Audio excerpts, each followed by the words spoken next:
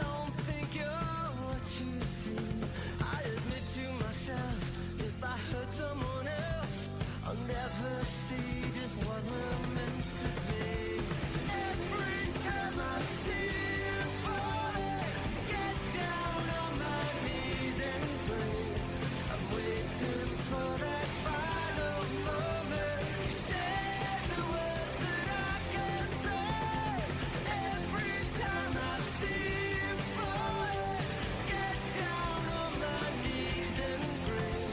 I'm waiting for that final moment. You say the words that I can say. Every time I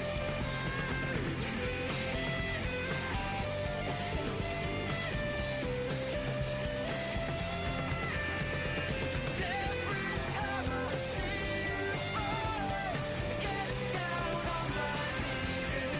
pray. I'm waiting for that final moment. You say the words that I can't say.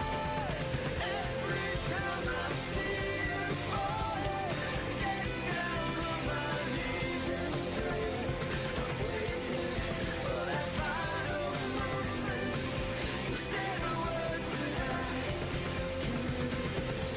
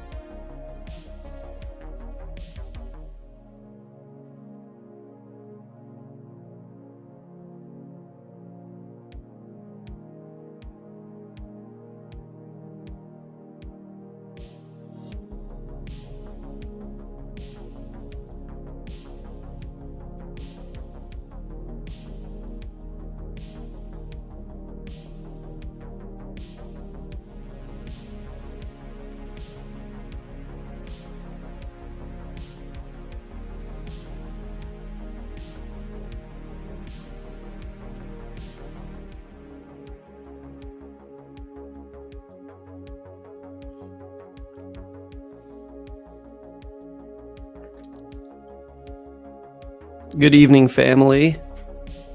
Nice to see everyone in the chat here. Check out the new swag. Voice of Reason's in the house, represent. If you guys want some motocross VOR gear, we got it. Oh, and it's got this on the back. VOR with the source code on the website. Remember, this is a information war, and it's peaceful, and we're winning, right? That's the idea. So, and we still got our fingers. Cool. Thanks, guys. Luke Lebo. So yeah, I said that yesterday or Tuesday on TikTok that I'm the Tim Tebow of TikTok, and then I realized, like, I don't know, is that a good thing to be Tim Tebow? I mean, you could be great, and then you fear God, and the world just flushes you down the toilet, which is kind of the whole, like, thing about being a Christian, right? This is why this Tebow deal is such a big deal, is like, you do everything right, you try and act the right way, you say the right things, and because you're a Christian, the world hates you. What does Jesus say? Don't be discouraged. They hated me first. I think that's how Tebow keeps it together, but it's been quite a ride going through this because my heart's just broken for the guy, and it's broken for all of us because I mean, he was changing the world, literally. He was changing everything that was going on 10 years ago. And we were robbed because we weren't able to see another 10 years of it. The guy could be battling Tom Brady right now, and it's too bad that happened that way. So we are going to try and keep it more succinct tonight. I certainly feel better tonight than I did last night, so that should help. So I'll give you a quick outline of what we're going to do. We're going to finish kind of the crazy things he did. Look a little bit of it, look at his play as a Bronco, the things he did, because everybody said he was terrible. So we're going to look at some highlights. Then we're going to look at how he was dealt out of Denver, and then he went to New York. And then we're going to look at what happened in New York, because it was just as bad as what happened in Denver. And then he went to Philadelphia, and it was just as bad what happened in Philadelphia. And then he went to, of all places, New England under Bill Belichick and Robert Kraft. And it was just as bad what happened there. So we're going to watch how the NFL toyed with him and kind of broke him. And then it just finished about 6 months ago. He got another gig for Jacksonville, and yeah, they got rid of him there too. So we're going to watch the whole thing here. And then those of you that don't cover football or know anything about football will have gotten your entire football fix, and we'll maybe never talk about it again. But the plan is I've got the documentary done. It's 5 parts for TikTok. It's about 10 minutes long. And then we're going to do a launch on Sunday. So today's Thursday. On Sunday, we're going to launch it on TikTok and then support it Sunday night with a TikTok live there. So those of you guys watching on YouTube, I'll actually send it off on YouTube as well, but you should try to tune in on TikTok because we're going to have a Tebow TikTok Sunday party. So that'll be fun. All right. We're going to start off with a video that I meant to show you on Tuesday. That's, I don't know. I'm just going to let it speak for itself. The craziness that is this entire saga. Okay, this guy here is not Kyle Orton, but he's supposed to be Kyle Orton. It's a parody. Kyle Orton is the quarterback that started the season in 2011 over Tebow, who had a 1-4 terrible start to the season. And then they brought Tebow in.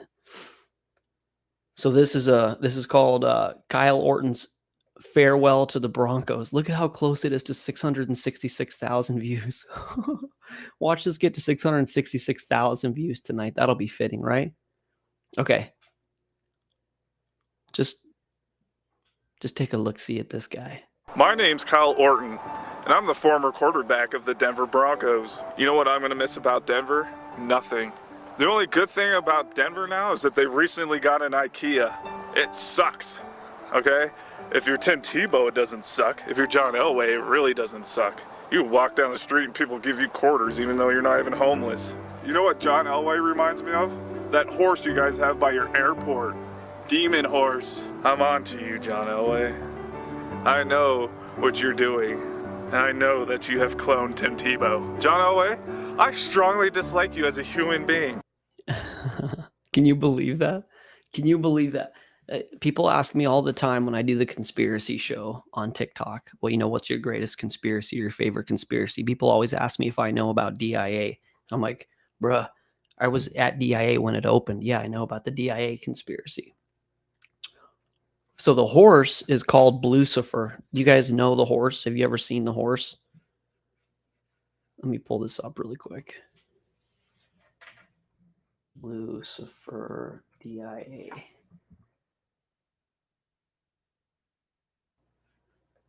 It's really ominous when you like pull into Denver and the first thing you see is this blue evil horse. Right? This is Lucifer here. Oh dang. It didn't show up on the right screen. I wish it would just share the whole thing.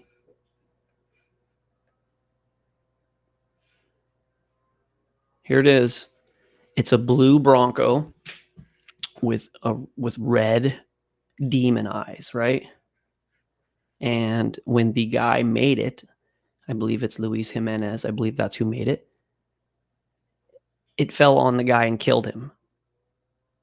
Right? Of course, that's standard stuff. So as part of the whole like DIA conspiracy, now there's this Lucifer thing. And then the Kyle Orton like joke, farewell to the Broncos. He says that John Elway is the demon horse, right? First off, like think of the Broncos. Here's a crazy thing that nobody knows. Obama was, he did his DNC, Democratic National Committee or whatever, convention, his election to be the Democratic president in, I don't know, it was around 08, I guess, 07, maybe it was 04, whatever. So it was at the Broncos Stadium. They rebuilt the altar at Pergamum. I did a video about it on TikTok. Maybe I should show you guys that really quick. Anyways, whatever. So they built the altar at Pergamum, which is the Zeus altar that Jesus talked about being the throne of Satan. And there's pictures of Obama at the altar at Pergamum in Mile High Stadium, and above him is the white Denver Bronco horse. It's called Miles, I think is the name. And so there's all this talk about the white horse, right? And that Revelation thing. So anyways, of all of the things that would happen here, Orton says, The thing about Denver now is that they've recently got an IKEA. which is It funny. sucks, okay? If you're Tim Tebow, it doesn't suck. If you're John Elway, it really doesn't suck. You walk down the street and people give you quarters even though you're not even homeless. You know what John Elway reminds me of? That horse you guys have by your airport. Demon horse. I'm on to you, John Elway. I know what you're doing.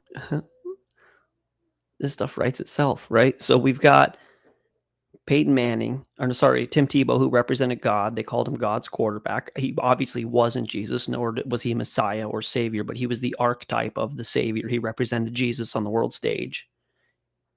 Tim Tebow had the doubting Thomas, which was Demaryius Thomas, D. Thomas, his receiver.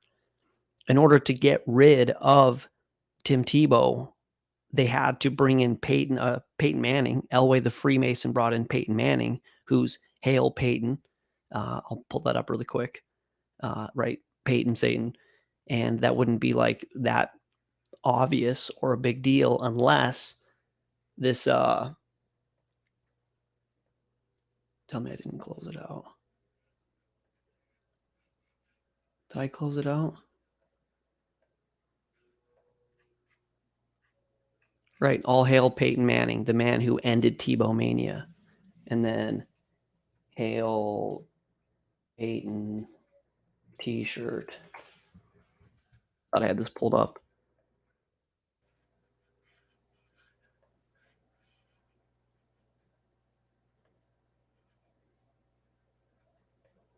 Right. So they bring in Peyton Manning, Hail Peyton, whose number is 18, which is 666. Right. This whole thing is just so crazy. And then Orton says, I know who you are, John Elway. You're the demon horse from the airport, and I know what you're up to. It's crazy. How does this even make any sense? It doesn't. But this whole thing, and the reason why I'm covering it for 2 nights now and making a documentary about it, is this whole thing is about God versus the devil. I even found multiple articles that's like, this isn't about football. This is like good versus evil. This is God versus the devil. That's what like this whole thing is about. So that's why we're covering it. It's crazy, the stuff that's going on. And I wanted to show you, sorry, I read the chats and like pause because I cannot multitask, but I want to show you some of the crazy kind of spiritual things going on inside of the football games. This is a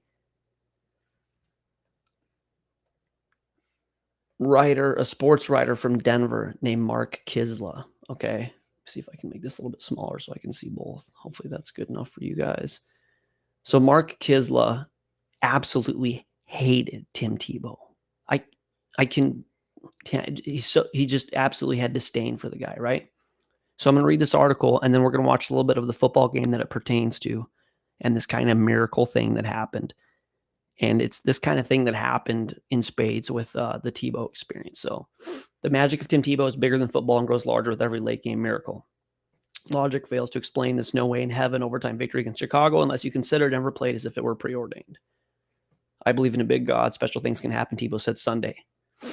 How deeply do they believe? Well, here's a story certain to cause churchgoers to thump a Bible with a loud amen and skeptics to roll their eyes at the crazy thought of mixing religion with sports. That's crazy. This is a guy named Leslie Woodyard. Okay, he's a linebacker. Tebow came to me and said, "Don't worry about a thing because God has spoken to him." Oh, Wesley. I said Leslie. It's Wesley Woodyard told me in a quiet corner of the Denver locker room. So Woodyard ended up causing the fumble to win the game. Okay, so Tebow says to Woodyard before the game, he came up to him and said, Woodyard thought at the time because quarterback seldom hangs out in the room. He gave me a big head and said, "Thank you." Anyways, basically Tebow prophesied over him that he was going to change the game and something crazy was going to happen. So I want you to watch that go from like crazy prophecy to, why can't I find this up here? Let's see, underdog, mic'd up. Here it is. Crazy prophecy by this God-fearing man to this linebacker who believed it and changed reality by believing what Tebow had said.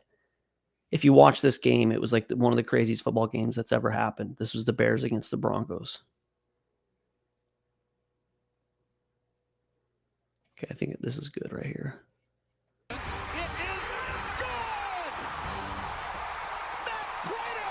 Thank you, Lord. Tim Tebow in the first 3 quarters Thank you, Lord. was 3 of 16. In the fourth quarter, 3 of he's 16. 15 of 20. There's that number again, 3 of 16. And we head into overtime tied at 10. Let's go, Tay, baby. Let's go, man. God is good. Let's go, baby. Great job. Thanks, buddy. Let's go do this thing. All right, buddy? Field goal attempt from this spot will be Okay, so here's the story. If you guys know football, it's 10-10, 1-0, 1-0. That's fun. And Marion Barber is the running back, number 24. The Bears are just going down. Cutler's the quarterback. If they get basically a first down, they kick a field goal and they win the game, right? Watch what happens. 56. Hand off Murray Barber, right side, big hole. Barber has the ball. Fumble is free. The ball is free, and Denver's got the football. I told you, Tebow.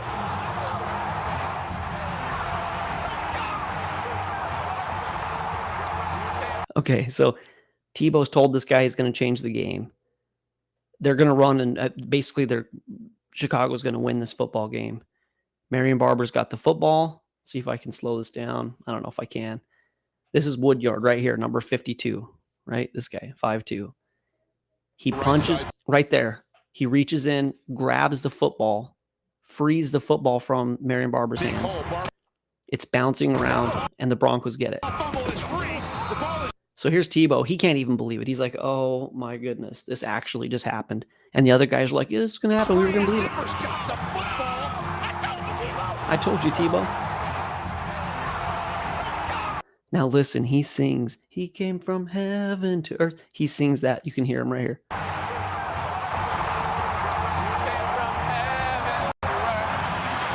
chain of events that have happened in the last few minutes have been unbelievable. Here we go. Huddle, huddle, huddle. Hey, believe So me, then, right? you got to believe, right? He says that. get a possession in this overtime. So then Tebow does his thing. He plays great quarterback like he did in multiple ones of these games. Great throw. They end up getting a touchdown. I don't know if you guys want to watch all this, but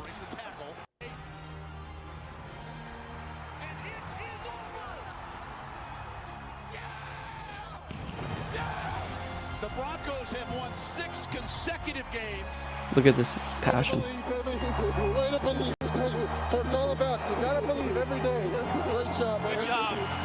man. Good job, man. Way to go, man. Way to go. Good job, man. Cutler Baldwin. Okay, so that's really cool. That Woodyard caused that fumble. But watch, going back to that article now, watch what had happened with Kisla and watch his explanation of this. Like, we just saw these kind of miracles basically every game. Tebow came to me and said, don't worry about a thing. With his right hand, Woodyard desperately, listen to how he writes this. This is the bias. With his right hand, Woodyard desperately reached out and ripped the football from the grip of Chicago's Marion Barber, just as it appears he was going to bust a big run to put the Bears squarely in scoring position. The fumble luckily fell into the position of defensive end Elmas Dumerville, and the Broncos promptly marched downfield to kick a field goal that rocked Denver with a soul-shaking thunder not heard since the Rockies in October. Don't ask me how this is happening, because you know I don't have the answer. If you ask Woodyard, these strange bounces are more than a curious roll of random good fortune, but rather a thread running through a stretch of 8 games during which Denver's won 7 times. So, yeah, it's not necessarily prophesying. You better start believing, Woodyard said. Okay, Denver went from worst to first. So we saw this stuff quite a bit. Okay. Why I wanted to show that is it wasn't just your standard football, events going on that led to the fervor that was, what was being talked about in the nation at the time with this. Okay, so at the same time, we got to show.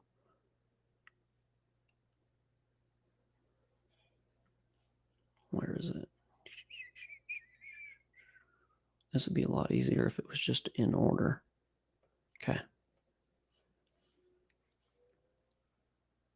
While this is happening, I want you to hear what the media is saying. So to kind of re-outline what we're doing here, we're looking at the magic or the miracle that was the end of the season. We're looking at the media bias again, and then we're going to go through how Elway traded him, what happened in New York, what happened in New England, and then in Jacksonville. And then we're going to stop talking about Tebow. But this is during this crazy run. Listen to what the announcers were saying about Tim Tebow. People with the ball, not with intangibles and not by extending the play. With Tim Tebow and an unorthodox offense, Mike, at least for the National Football League. Unprecedented, Brad, in our lifetimes to see a spread option offense in the National Football League. 13-10, the Jets defense has only given up a field goal tonight. He's the worst quarterback in NFL history. He's the worst quarterback in NFL history, Stephen A. Smith just said. I've never seen a quarterback. Did we get that on videotape? 2nd and 2, here's the option. Tebow will keep, he'll get the first down and more. Tim Tebow across the 25, out to the 27. Well, he pulled off a miracle against Miami. A couple of road wins in the last 2 weeks. Can he do it again? There's something magical about this kid. God, Tim Tebow. 3rd down and a huge one. And they are only 1 for 11 tonight. They've got to have this one because they might not get the ball back If again. it were anybody else that was that god-awful for 54 minutes of a game but found a way to win, what would you say about that? How you hold any relevancy whatsoever in the professional sports world is completely beyond me. Are you hearing this? Worst quarterback ever, god awful. How you hold any relevance in professional sports is completely beyond me. How about because he's dynamic, winning football games and making everybody in the world watch? That's kind of what owners are into. But anyways, this last thing that this guy says, these are all different takes. I actually found this after I was at the end of my documentary, and this is a really cool thing this guy made. If you guys want to watch it, Joseph Vincent. It's called Tim Tebow Underdog: The Miraculous 2011 Season. Kind of similar feel to mine. But not with the conspiracy stuff and the religious stuff. But anyways, The quarterback in the league runs out of listen to what this next guy says. bounds. He tries to run Revis over, still gets out of bounds and stops the play. He can extend the play. He can play schoolyard ball. He has a great presence. He makes people around him better. This is backyard school ball. Watch him just bawling out Tebow too. ball. I rooted against Tebow to some degree because I was so tired of the faith-based knuckleheads because they were ridiculous. They were blinded by his faith. Did you hear that? I rooted against, at least somebody's finally honest. I rooted against Tim Tebow because of the faith-based knuckleheads. That's us. This is backyard school ball, Tebow ball. I rooted against Tebow to some degree because I was so tired of the faith-based knuckleheads because they were ridiculous. They were blinded by his faith.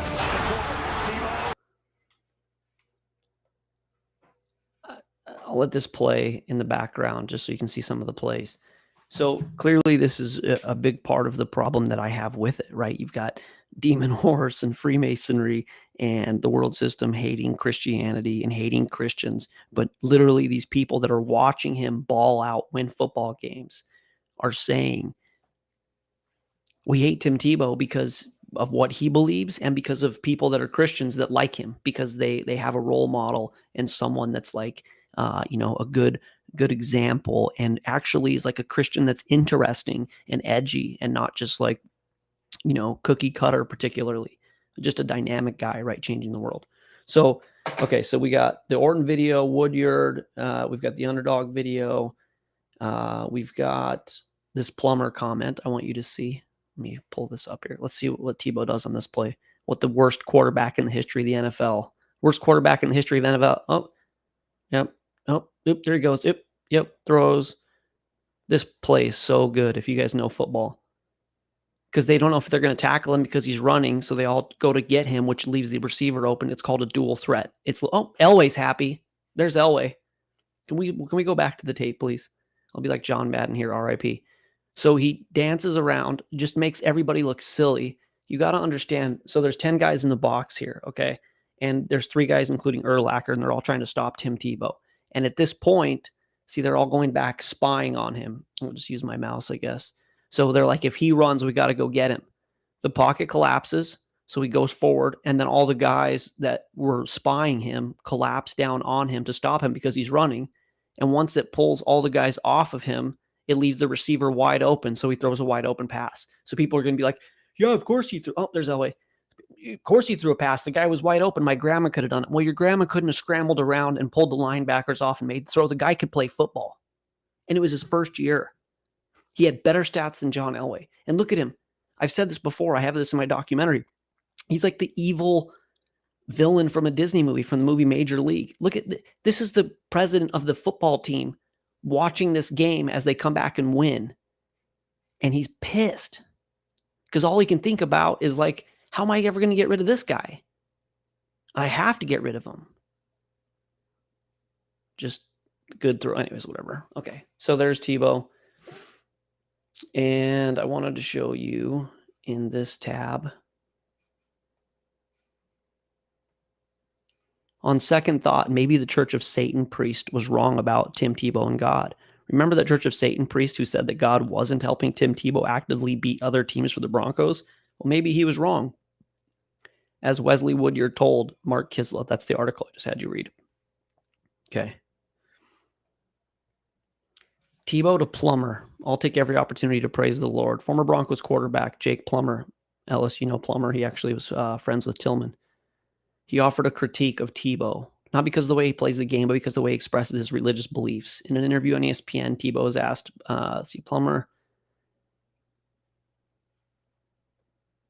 Plummer was objecting to Tebow saying, I love you. Plummer was objecting to Tebow saying, I love Jesus to the public. Anyways, basically, Plummer was like, dude, stop saying you love Jesus. We don't want to hear about it anymore. So this stuff was everywhere. Elway's comments enrage Tebow maniacs. Do you guys ever, as like Christian conspiracy theorists, you ever get any bad names thrown at you? Like, it's totally chic to just rip Christians and conspiracy theorists. Doesn't matter your political affiliation, whatever. You're just, we're fair game, right? Go get them. Well, Tebow maniacs was a really, remember Jesus freaks? Remember that whole thing? John Elway's lukewarm embrace of Tim Tebow as quarterback of the future is not sitting well with Broncos fans. These are Twitter messages. So if people think that it's just me that was like excited about Tim Tebow, Denver, I mean, is 50-50, but 50% of the people in Denver loved him, 50% hated him, or maybe 40% hated him, 60 loved him, whatever. John Elway, you need acting lessons. You can do a better job pretending to be happy. Your team won. I hope Pat fires you. That's Pat Bowlen. You can go back to arena football where you belong, you piece of trash. How does it feel from going from being our hero to almost being as hated as Phillip Rivers? That's good. You lost 3 Super Bowls and your team won 2 for you and you were washed up. So shut your expletive mouth. Mr. Elway, please don't make the biggest mistake of your young front office career by letting Tim go. Okay. John Elway's a mile. Tebow is awesome. I understand your position, but your lack of support from my quarterback is getting really annoying. This is total insanity and hilarious and terrifying at the same time.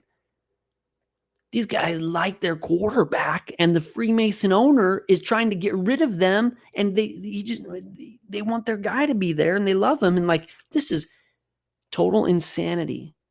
This total insanity is hilarious and terrifying. Hilarious and terrifying, you guys. With each win, think about this.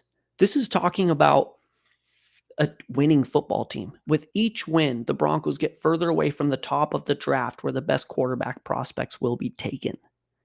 With each win, the Tebow maniacs will only grow angrier if Elway ever pulls the rug out from under their hero.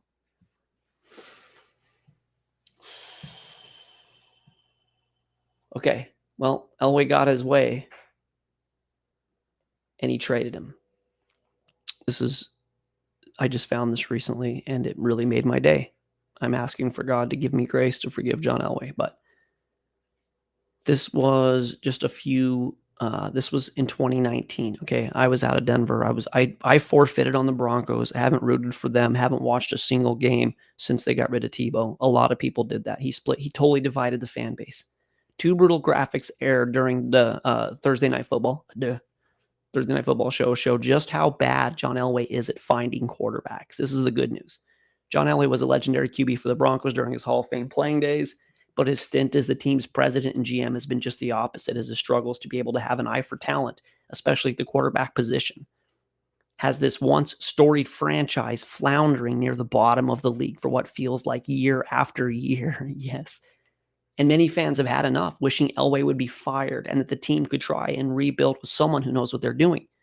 Elway's struggles with finding a quarterback have been quite laughable, unless you're a Broncos fan.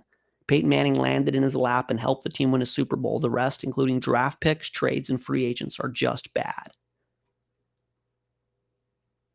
Osweiler, Lynch, Simeon, they just go down the list. And by the way, Peyton Manning was even terrible. So anyways, that's great news. So what you have then is a guy who was literally hell-bent on getting rid of Tebow, who was a rookie quarterback who went bananas for their team and changed sports, salvaged that franchise, okay? The Broncos had been a terrible team for years. Tebow got them into the spotlight again, made them relevant, won a playoff game, which is the only reason that Peyton Manning even showed back up. Like the only reason he signed with them is because Tim Tebow put him back on the map. He changed Denver. And then they won a Super Bowl without him, and they would have won it with him, which would have, I think that's really one of the big things Elway wanted to do. If Tebow would have won a Super Bowl in Denver, people would have forgotten about John Elway. He wasn't going to let that happen. All right. So Elway trades Tebow to the Jets. Okay. That kind of wraps up the Denver Tebow time. Check this out.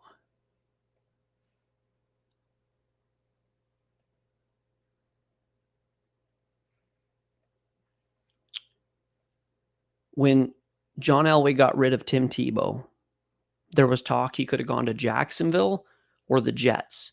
And we were all led to believe that he chose the Jets, that Tebow wanted to go to the Jets. Well, he went to the Jets, and that was a melee and a disaster with the New York sports media over there. That was, for all accounts and purposes, the best way to get rid of Tim Tebow was to put him there. Rex Ryan would never let him start a quarterback. He would only put him on special teams. He'd put him in these weird formations, like wildcat formations. And if he didn't throw a touchdown, they were like, he's terrible, whatever. Well, check this out. This is all in hindsight. This just came out in 2017. Ryan made it clear in 2011 that he had no use for Tim Tebow and didn't particularly want him on the team. Tebow was relegated to punt protector. Punt protector. That's a great position for a starting quarterback that wins a bunch of games. And only saw very scattered playing time on offense late in the year when Mark Sanchez went down with an injury. Ryan decided to start rookie Greg McElroy instead. Okay, so he goes to the Jets, and everybody was like, he chose to go to the Jets. Like, this is one of the stories you hear. Check this out. Find it. Tim Tebow and John Elway disagree over whether or not Tebow had any say in the trade to the Jets. Get these couple guys closed out. Make some sense of this mess. Right before Tim Tebow was finally traded to the Jets, reports stated that the Denver Broncos had given him a choice regarding where he would be traded, Jacksonville or the Jets. Despite Jacksonville having the better offer and Tebow's hometown ties to Jacksonville, he chose New York because that's where he wanted to be, the story goes. Well, according to Tebow, that's not exactly the way things went down. Manesh Mehta of the New York Daily News tweeted this comment Tebow gave during Wednesday's late night conference call with reporters. I didn't have any say. The Broncos had all that power. And this sentiment is contrary to what Tebow's old boss, John Elway, said. So who are you going to decide? Who are you going to trust? The lying, alcoholic, whatever, low character person that is John Elway, or whatever, Tim Tebow, the guy? Who are you going to trust there? He said. This is Elway's quote. Look at how slick this is. There was more from Jacksonville, meaning Denver would get more. But I think that we looked at it and it was close enough. And we were in contact with Tim throughout the day and talked to him. He knew what was going on the whole time. The reports that he was not involved are not accurate. At any point in this statement, did it say that Tim had any say? He knew what was going on. And he had a choice or two different things. Elway sent him to Rex Ryan. I'm sure they're Freemasonic golfing, whatever buddies. Who knows what kind of buddies, but those elite guys do a lot of weird stuff. So so he went to the Jets, and Rex Ryan didn't want him there. Here's the Jets fan base. Hey Rex, it's been Tebow time. The Jets' problem run much deeper than Mark Sanchez. Complete lack of ability to play the quarterback position. Okay. Mark Sanchez had the worst year at quarterback anybody's ever seen, just about. Including, I got to show you this play. If you guys don't know, the butt fumble. It's the play. It's like literally the worst play that's ever happened in the NFL. So what I want you to imagine is Tim Tebow, who's just wheeling and dealing. You see all those plays that Tim Tebow makes. Ooh, actually, okay, I'll show you this, and then I'll show you Tim Tebow highlight. This was on Thanksgiving. The whole world was watching. The Jets, you can look at the score here. It's 14-0 in the second, which means the Jets are being shut out. Here goes Sanchez, the guy that's the starting quarterback over Tim Tebow. Tebow is sitting on the bench backing this guy up. More than at Indianapolis, the offensive coordinator. You got a busted play here, and then Sanchez gets hit. The ball is loose, and it's alive. I have never seen this before in my life. Watch this. Vince Wilfork is going to throw Brandon Moore back into his quarterback. He's going to fumble the football. Watch this. Oh! This is what Reggie White used to do to people. Forklift them and just lift them off the ground. So he runs into his own lineman, which means that a football player and the opposing team didn't touch him. Okay. He runs into his own lineman so hard, it knocks the football out of his hands.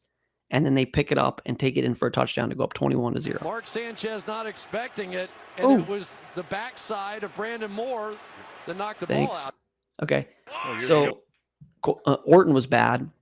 Sanchez may have been worse. He's so bad. Ellis says that was a metaphor for Sanchez's career. It's what he's known for. I mean, he was terrible, but that's the thing. So this is the guy that is starting over Tim Tebow. So now that we know that, let's look at this report. The Jets' problems run much deeper than Sanchez's complete lack of ability to play the quarterback position. Yes, he had a complete lack of ability to play the position. They go all the way up to the top, and many of the controversial offseason's decisions are hurting this team heading into Week 16. None of these issues is more toxic than Rex Ryan's decision to start Greg McElroy, the third-string quarterback, over Tim Tebow, Sanchez's backup for nearly the entire 2012 campaign. It's a calculated move by Ryan that isn't just a personal attack on Tebow, but a disgusting attempt to save his job and his credibility. With only 2 games left to close out the Jets' meaningless season, it's become clear that Ryan has a vendetta against Tebow and has done everything in his power to hinder his chances to succeed. Okay. So Elway said that Tebow knew where we were trading him and tried to spin it like he chose to go to the Jets. Rex Ryan, who I promise you Elway and Ryan were talking, hated Tim Tebow and said, yes, Red Rover, send Tebow right over. I'll make him the punt protector or whatever that position is. He's done everything in his power to hinder his chances to succeed in the Big Apple. This is the thing with Tim Tebow. Okay. There's 15 people in here. That's funny. Go Timmy. So if Tim Tebow would have been given a chance to where he failed, because all of these quarterbacks have bad first years, all of them, Elway, Manning, Eli Manning, Sanchez, Flacco, Burrow, every quarterback, they struggle the first year and then they get better. This is what happens. You learn to throw more, you get more comfortable, the game slows down. All Tebow needed was a chance. And if Ryan would have put Tebow in, he was 10 times the quarterback of Mark Sanchez. There would have been another Tebow time fire, an absolute fire that the NFL couldn't have put out. And so Ryan hated him. Maybe that was reason enough. Or maybe the NFL called Ryan and said, don't play Tim Tebow. We're not going to do this again. The Tebow maniacs, blah, blah, blah, blah, blah. We have to get rid of this guy. But we have to get rid of him in a way where people kind of maybe think that it was just that he sucked. And then the media can just say, and this is the thing, like, it just has to look good enough for the media to tell the story. And then that becomes our history, right? This is why I'm doing this. I say this all the time on this broadcast. The truth doesn't matter to these people, okay? They write the history books. They write the media, and then the version that they write goes down. And people like me, Tebow maniacs, conspiracy theorists, people that question the official story, we just are ridiculed. And then our voice is gone. They censor us. They do whatever. And then the official story gets written like Tebow was terrible. Well, I'm here to say that he wasn't terrible. He was a great, winning, dynamic superstar of a quarterback. And it's an absolute travesty on the history of sports that he wasn't given a chance. And he wasn't given a chance because he was discriminated against because of what he believes. And I don't care. Like, if you believe in Allah or Buddha, whatever your thing is, what you believe should not hinder your chances of succeeding. It's baloney. Okay. I did this the other time, so I'm not going to just recapitulate, but what do I want to show you here? Where am I at? Okay, this tab. All right, so that is why is Greg McElroy? You understand that Greg McElroy is a nobody who didn't do anything and was the third stringer. And they finally had the chance to put Tebow in because they just couldn't suffer another minute of Mark Sanchez. And they put in McElroy over Tim Tebow. What an absolute offense. Okay, so Tim Tebow goes to the Philadelphia Eagles. This is a couple years later. The Jets was 2012. This is 2015, so it's 3 years later. Tebow spent 3 years working with the best quarterbacks coaches in football, and by all accounts had fixed his throwing motion and could throw it like anybody else. So he's vying for the third string position with the Eagles, just hoping, please give me a chance to get in here, right? Serving God, give me a chance. Tim Tebow didn't get beat out for the Eagles' third string job. Chip Kelly simply thought he wasn't good enough for it and hopes a better player comes along. Most NFL teams carry 3 quarterbacks, so when the Eagles traded away Matt Barkley, leaving them with just Bradford, also terrible, also given plenty of opportunities. Barkley, terrible, given plenty of opportunities. Anybody who knows sports can verify what I'm saying. These guys were given plenty. All 3 of these guys, the unholy trinity of terrible NFL quarterbacks, Barkley, Bradford, and Sanchez, given multiple opportunities and were terrible the whole time. I mean, Bradford had a couple games, Sanchez had a couple games, but overarchingly. So they get rid of Barkley because Tebow clearly beat him out. So they cut Barkley, and then they just cut Tim Tebow. So they went on with just two quarterbacks instead of 3, which you don't do. That's just like unprecedented in the NFL. Chip Kelly on Tebow. I think Tim's really progressed, but we didn't feel like he was good enough to be the 3 right now. Okay? You want to see if Tim Tebow was good enough to be the 3? I don't, because it doesn't matter. This is rhetorically I'm asking this, but I guess you're about to see how much better Tim Tebow had gotten, which happens. You progress. This is what happens. Okay, this is week 1 highlights, and then I think I better have the last one. I'm going to look for it while we play this. Comes in for the first time in an Eagles uniform. Tebow's worked on this a lot and fires complete for the first down. Nice throw. Hung in the pocket, made a throw. On second down, firing another dart for a first down. Here we go. Eric Tomlinson. Here we go. Tebow mania, play action, crossing route. Now he's got trouble coming and does a good job of avoiding a problem. And his new favorite receiver, Tomlinson, has another first down. Yeah, and they're going to get Dewey McDonald with a low hit on the quarterback also for an unsportsmanlike. Good job by Tebow changing the platform of his throwing motion to get the ball out there. Going to keep it himself. To the outside and shoves his way down inside the 15 to the 14-yard line. Okay, it's only 2 minutes long. So this is his week 1. This is his first week with Philadelphia. Look at this throw. Looks just like every other NFL quarterback with legs. And everybody's excited, right? Let's see if he can do another play. Nope, he took it. There he goes. First down. I mean, the guy's just a machine, right? So this is a standard Tim Tebow dominating. Remember, he was cut because of how bad he was, right? That's what we just heard. I just had it. This is the Patriots. I'll play this for a minute then, I guess.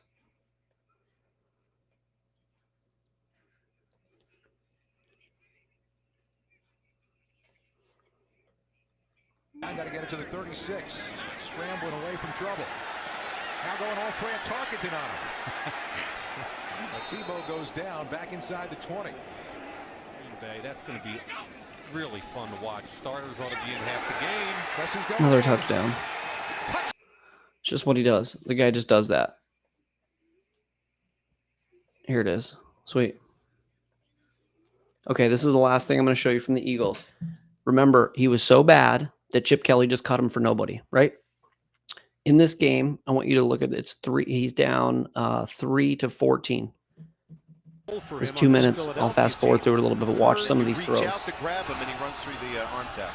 Tebow throws it on a looping pass to Mostert. I should give you guys the commentary. Again, a big critique was that he couldn't throw the ball. Look at his throwing motion. Much better. He absolutely throws BBs, right? He finds the open guys. And sometimes the business part gets in the way. Tebow under pressure. Riley had a chance at him. That's exciting football. Tuck and run down the sideline. Should have been tackled. Look at this. I mean, they've got him wrapped up. And it's a 17-yard run, right? This is what he does over and over and over. So he finishes this game. He comes in the second half. He's down, and he comes in and scores 2 touchdowns, or maybe even 3 touchdowns, throws 1 interception, perfect throw, back shoulder throw, touchdown. This is the last game that Tim Tebow, well, actually he went to the Patriots and also did well. I don't know if I'm going to show that tonight. But what you have is him showing that he's not only the Tim Tebow he was, but he's got a better throwing motion. He's throwing the ball better than ever. And I just want you to remember that at the end of this game, they cut their third string quarterback. Look at this throw. I want to show that throw over Stephen A. Smith saying that he's the worst quarterback that's ever lived. Is this the worst quarterback that's ever lived?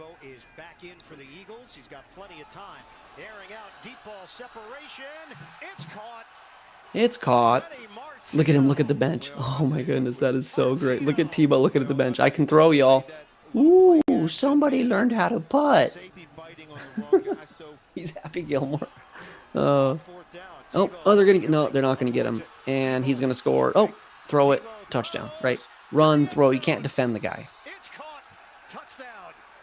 Okay, so obviously the guy is dynamic. He wins at every level. He's a great quarterback. So he gets canned in Philadelphia. And if you go through any of those comment sections on any of those videos, everybody goes, I wanted him to be our quarterback. Why isn't he our quarterback? Our quarterback that we have now sucks. Why don't we have Tim Tebow? What happened? Right? Rex Ryan, John Elway. This is where the bigger conspiracy comes in here. It wasn't just Elway the Freemason. It wasn't just Ryan.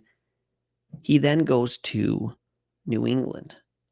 And in his own words, he thought that he was going to be under Tom Brady as the backup.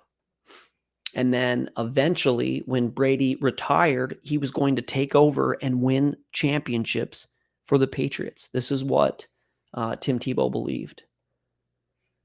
And then, of all the people, and if you've studied sports, you know what an evil, absolutely Emperor Palpatine individual Bill Belichick is. Destroyed Tim Tebow's NFL dream as only Bill Belichick could. Before I read that, Belichick is the greatest cheater ever. Robert Kraft, who's the owner of the Patriots, was the prostitute, and he somehow he got busted, and they were going to get him in trouble, but the judges decided to not allow the videos of him engaging with prostitutes to be shown. I don't know how he pulled that one off. Must be nice being a super triple billionaire with a Freemasonic tie or whatever. Billionaire Kraft's paper mill causes pollution crisis in South Carolina. If you read this, it is unbelievable what he's doing. He's killing people with his pollution, right? These people are just garbage people. And it seems like the more garbage of persons they are, the more likely they are to hate Tim Tebow and be complicit in ruining his career. So Bill Belichick destroyed Tim Tebow's career. Let's see here. He was described as the awful reptile in charge of the New England Patriots. So for those keeping score at home, John Elway, by not my admonitions, by my sources, John Elway's the blue demon horse. And Bill Belichick is the reptile in charge of the New England Patriots. And these are the places that Tim Tebow went. So it says here, shaken. He said that when he got cut, it was a stomach punch from Belichick. During a 6-minute interview, he said, some people say your faith is a distraction. Maybe that's why you haven't landed with the team. That's why. Let's see here. Tebow summarizes feeling in a 15-minute thing. It's difficult because it also cuts into your pride. It cuts into your goals. It cuts into your dreams. And when all that, it feels like you're shaken. How do you react? How do you handle it? And for me, I felt like, hey, going to the Patriots was going to be a dream come true. Play under Tom Brady. And when he retires, we'll go play for Belichick and win a bunch of Super Bowls. And that was my goal. And that's what I thought was going to happen. And then you get cut and it's like, hey, what do I do next? I remember flying to Jacksonville and sitting on the edge of the bed thinking, okay, I have no house, no car. No one wants me to do what I want to do. What do I do next? And at moments like that, that's when you really find out your identity is what it's all about and what it defines and how it defines you. That's really hard, especially in Philly. You've worked really hard to get to a point, and then this was it. It was going to be the opportunity. And then he did it's like they brought this guy in intentionally to ruin him. Like not just I'm sorry to be like sacrilegious here, but it reminds me of like Jesus going to trial and like them bringing all these false accusations. Right. And again, I'm very clear that Tim Tebow is not the Messiah, but in this weird God versus the devil archetype, it's a very similar thing that the world system did to him, except for it was just like a career crucifixion. It wasn't, obviously so you know what I mean there. But to recap what Tebow's channeling here, he planned on winning multiple Super Bowls under Belichick when Brady retired. So let's see, check this out. What might have helped with the whole no house, no car situation? The $1 million endorsement deal Tebow turned down because Belichick wanted him to follow the Patriot way. Those of you guys who know the Patriots, they have the Patriot way. It's how they win, whatever. It's basically like being a jerk and cheating and working really hard. This is a subject Tebow also broached on Fox and Friends. I didn't want to be a distraction on the team. I wanted to be just another guy in the locker room, someone that could work, someone that could be a backup to Tom. And I didn't want to be a distraction, having stuff all over the headlines. So that's why I called Coach Belichick to say, hey, what do you think about this endorsement? It's a great opportunity that I would say yes to, but I want to do what's right for the team first. He appreciated me calling, but said, hey, I would prefer if you didn't do it. So of course I didn't, because it would put the team first. And that's not something that I look back and regret at all. It was me trying to honor the team. And if I could do it again, I would have done the same thing. Shortly afterwards, Belichick cut Tebow. Now, telling someone to turn down $1 million just before sending them to the unemployment line might seem like something an evil reptile would do, but Tebow sees it through a different lens. So when the offer for the one-day commercial turned up, I was sure to discuss the opportunity with him. I want to know what you think, Coach. I respect you, and I want to fit in. I want to be one of the guys. What should I do? He thought for the moment and shook his head and said, Timmy, I would really appreciate if you didn't. Highly respect the man. I didn't. I turned down the deal. I didn't even think twice about it. I wanted to impress the coach, Coach Belichick, more than I wanted the money. I'll say that if it were for any other team, I would have probably said yes to the offer, but the thoughts he offered in our initial conversations mattered to me even more than $1 million. It's not the right fit, Belichick said. My stomach reeled at that moment. I felt disappointed. I let myself down.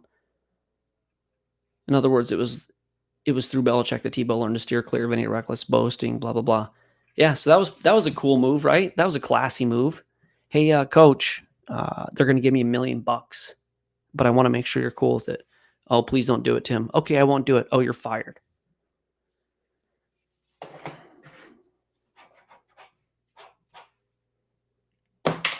All right. The Kraft thing, I think it's interesting. One of our guys, Chip, has a gifting of prophecy, and we were praying today, and he said, look into Kraft. He didn't really know who Kraft was, and so I looked into it, and he didn't know he was from New England or whatever, and so I looked into it, and I found all that dirt on Kraft, and I'm like, yeah, well, that's tied into this, right? It's just like, this is what makes me a conspiracy theorist, is how all the stuff ties in. All right, so then Tebow gets fired from Philly, goes to New England, didn't look good, right? That was the whole thing. He didn't look good. Let's take a look at Tebow for the Patriots really quick. Remember, it wasn't the right fit for the Patriots to back up Brady. Terrible Tebow. Perfect throw. Guy scores a touchdown. Patriots in this game were down. See, they're 14-20 is the score. That made it 14-21. When he came in, they were down double digits, and he came back and led them. In his last game, he came back and actually won the game against the Patriots, or against the was it the Jets, Giants, whoever it was. And I looked through the comments from the section from the Philadelphia fans. Sorry, I can't multitask.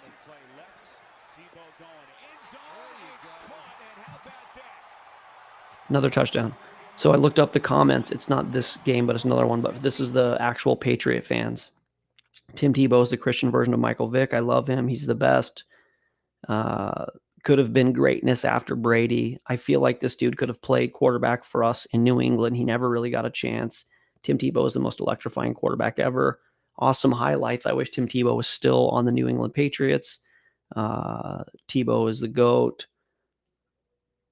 I really wonder how this past season would have turned out if the Patriots had Tebow. Probably could have been better than Cam. If you know that story, basically the Patriots ended up with Cam Newton, and he was a total circus and ended up being fired or let go from them or whatever. So this guy's saying it would have been really nice to have Tebow instead of Cam. And then somebody responds saying, just stop following sports. Can't say that Tim Tebow would have been better than Cam Newton, who they cut, because if so, you have to quit even following sports because of what a terrible sports fan you are. All right, I'm going to close on this here. Blucifer, that's the wrong one. Hold on a second. Let me get the right window here. Okay. So he gives it one last chance. I don't know if you guys know this or not, but he also went to play baseball, and he played for the Mets and hit a home run in his first at bat, and prayed for a guy who was having a seizure and healed him or something. It was pretty crazy what happened there. But he goes to the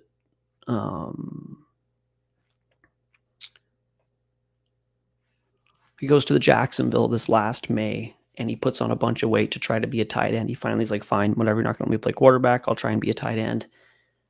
So he signs up with Jacksonville, and he had the highest jersey sales less than 24 hours after he was signed by the Jacksonville Jaguars as a tight end. Tebow's number 85 Jaguars jersey was the best-selling jersey on NFL Shop. I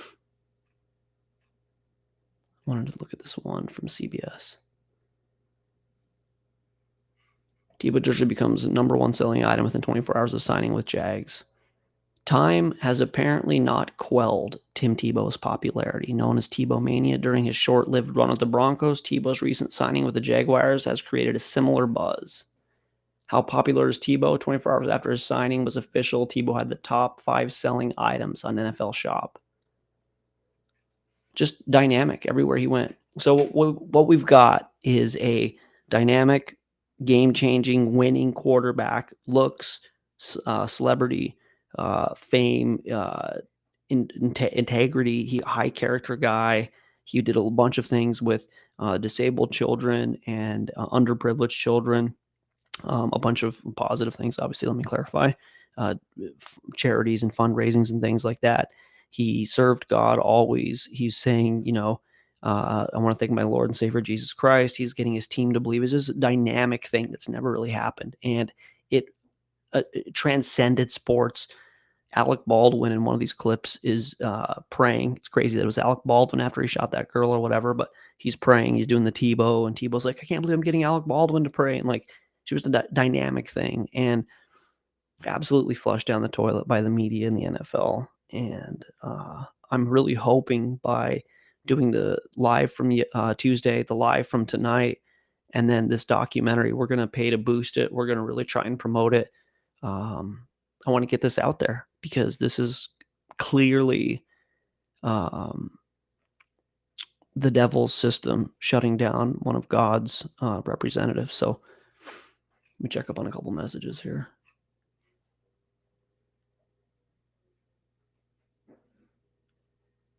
Yeah, I want to kind of show you that Alec Baldwin video. I know, actually, let me see if I can find it really fast. Give me a second. We're at the end of the show. So if you're tuning in on YouTube and you don't want to stick around, you can bail. We're going to go to TikTok here in a couple minutes. But I want to try and find this Tim Tebow praying thing, or Alec Baldwin praying thing. It's pretty cool.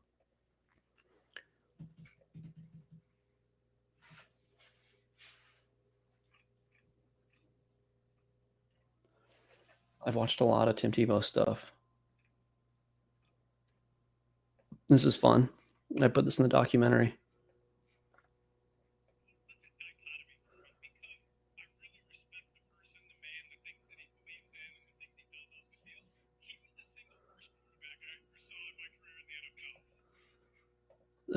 I've got so many of those sound bites. It's unbelievable. Yeah, he's the single worst. I want to show you a play from the single worst quarterback in the history of the NFL. Which play is it? Here it is. This is one of my favorite Tim Tebow plays. I think it's this one right here. Yeah.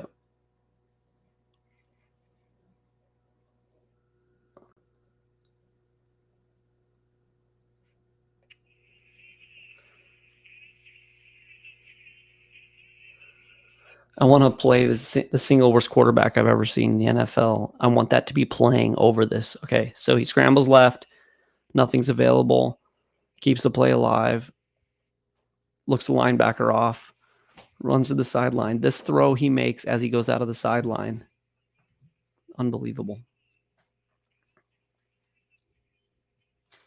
Okay, worst quarterback you've ever seen, right? Let's see if I can find the whatever his name is.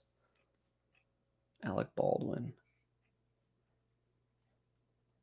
Oh, there's one more thing I wanted to show you guys. Yeah, it's a Football Life. Do you guys see it? Getting into some Jets sabotaging Ryan's career. This is great. You guys watch this while I look this up. Oh man, this made me laugh. This is about him.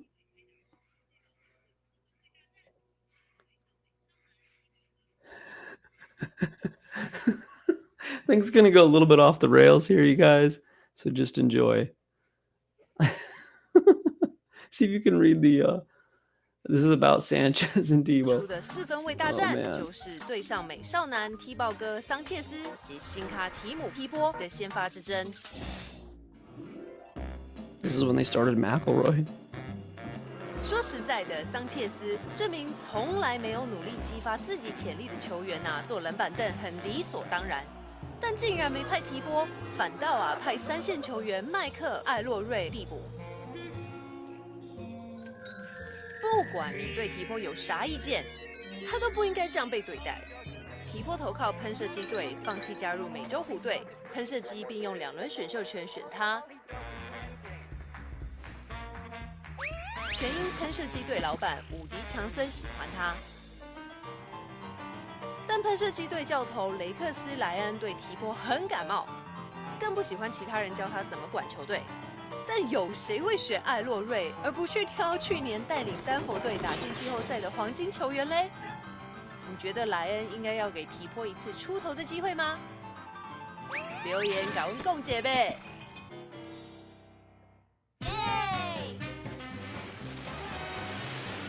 Come on. That's absolutely gold. Oh, 听到的. Why are they so mean to Tim Tebow? 听到的. I don't know if I can find the Alec Baldwin thing. Yeah, I thought it was this one, but it's not. It's a Tim Tebow football life.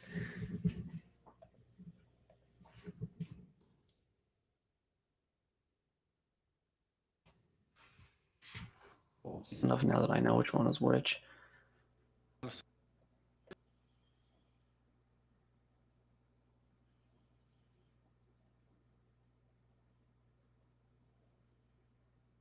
I thought I knew where it was. Here it is. See? Master researcher. Here we go. Before I bring out our first presenter, there's one thing I need to take care of, so excuse me.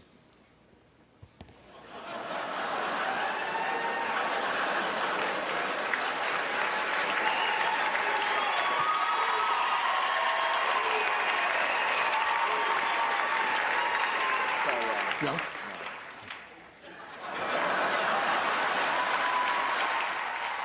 For it to be Alec Baldwin? Are you kidding me? Started calling it T-bowing, which I have no idea why.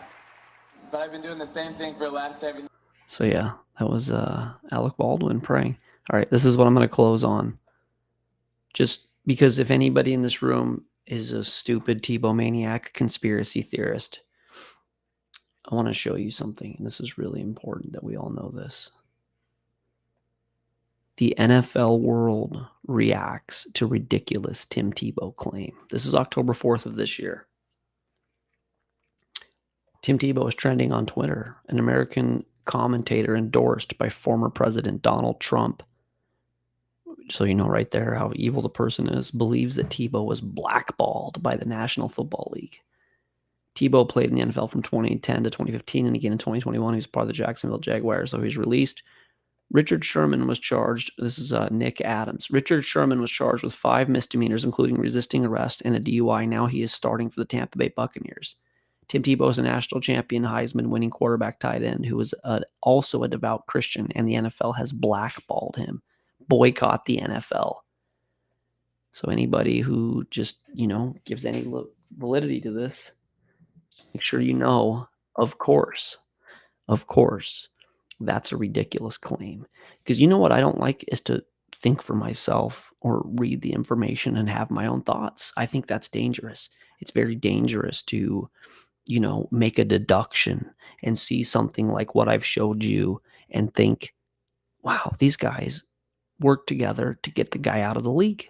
And I promise you this, that it's starting to come out already. Nobody was talking about Elway hating Tim Tebow. It was always, well, you got to sign Peyton Manning. You don't want to keep Tebow around. You got to give him a chance. He said, I got to give him a chance to start on another team. But he chose a team that was going to intentionally sabotage him in years, 2 years, 5 years, 10 years, 20 years. The dirt's going to come out on this, that this was an arranged situation to get rid of him. So, of course, that's a ridiculous claim. It's just like when they said, well, the reason why of course, Dean Koontz didn't predict coronavirus and then the whole thing, because that's a conspiracy. It's CNN. It's like, oh no, it actually is a lab leak. And like, you can't just say that's ridiculous and make it ridiculous. It's not how it works. The truth is, it's a very valid claim. Anyways, of course, that is a ridiculous claim. Tebow was most certainly not blackballed from the National Football League. He just wasn't that good of a quarterback. I showed you some of the plays. I could show you more of the plays. What is it? The H-man that said if you say something, a lie enough times, everybody will eventually believe it. Tebow got several chances. He got several chances, clearly. Do you remember the chance that he had with the Jets? Remember the chance he had with the Jets? Yeah, that was a chance he had. He had several chances. Remember the chance he had with Philadelphia? Yeah, and New England? Remember all those chances he had? There's a video on here you can watch that's called How Tim Tebow Ruined His NFL Career. Yeah, he ruined his NFL career because of being a Christian. And they're fine with some loosey-goosey, nobody cares about you Christian who's like goes to church and doesn't say anything about it. But if you're a guy who's talking about John 3:16 and praying for people and getting people to believe and making sports writers say I'm converting and all of this kind of thing, you're just not going to be allowed in the league. It's not going to happen. And this is okay. He just wasn't that good of a quarterback. Tebow got several chances, including one from his college coach in Urban Meyer. This was when he was 33 as a tight end. He was a quarterback, and they brought him in as a tight end. They're like, he's so stupid. You see all the comments. He tried to block a guy. What a joke. He's not played tight end his whole life. Yes, Tim Tebow was blackballed for being a devout Christian. Indeed, the NFL contains no devout Christians and frowns upon any and all references to God and Jesus, Mike Florio tweeted sarcastically. Or not sarcastically. Right? There's two ways to interpret that.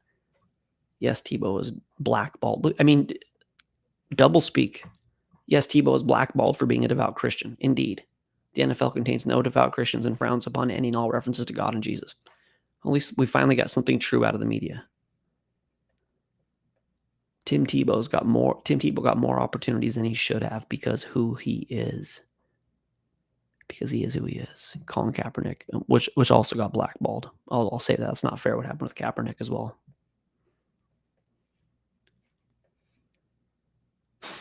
Or maybe just Tim Tebow had a career completion percentage of 47%. Maybe that's why Sherm was in the league and Timmy's not. I mentioned that the other night when I was doing the show. The number one metric that people want to just rail Tebow on is completion percentage. Career completion percentage of 47%. That means that he completed 4.7 out of 10 passes. And the elite in the NFL complete 6 passes out of 10. So you're talking about a guy that would drop back 10 times and complete 1.3 less passes. But he ran. He didn't turn the ball over. Just the metrics. You win football games by doing what he did. And 47% would have come up. That's the one knock they have on him. Saying Tebow is blackballed is really wild. His old coach gave him an opportunity at a new position after being out of the league for 6 seasons. They literally handing him chances he doesn't deserve. He just isn't good.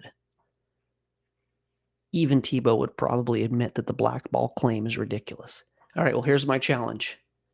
I want Tim Tebow on my show, and I want him to say that the blackball claim is ridiculous. 2 things. If you can get me to look in a telescope on the earth and see the Apollo landing site, and I can see it with my own eyeballs, I will never talk about the moon hoax again.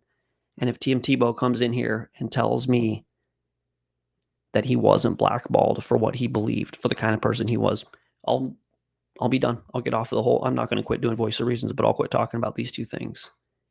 Spoiler, neither of those are going to happen. So anyways, that wraps up dozens and dozens of hours of research into the Tebow phenomenon, backed up with, I don't know, probably something like 10 years of thinking about it and stewing about it and dealing with it and processing it and knowing what had happened before anybody was saying anything. I mean, this is what a certified conspiracy theorist does, is he figures the stuff out before the media comes out and starts to say that that's what happened. Anyways, I appreciate you guys suffering this. If you have anybody who's a sports fan or a Tebow fan, I encourage you to share this video, because nobody's talking about this, and we are. And I'm hoping that, I mean, with TikTok, there's a possibility that 100,000 people see this, or 1 million people, or maybe even Tim Tebow. I'm going to tag him. So I should tag John Elway. That's who I should tag. I appreciate you guys going down this flight of fancy of mine. Again, we're releasing the documentary, God willing, on Sunday. And then whatever residual Tebow stuff comes of that for a couple days. But then we're going to get back into conspiracy, apologetics, things like that. If you're new to the show, you have to I encourage you to check out the other stuff that I do. I'm not just a sports conspiracy theorist. Also, if you're new to what we do and you're interested in supporting the operation, we sell merchandise. Our website is in the show description. We have a Discord community that's awesome, great people that are like-minded. And then we're going to TikTok right now for the after party. Mitchell, thanks for your help with this shirt, buddy. It looks great. Thank you, guys. End transmission.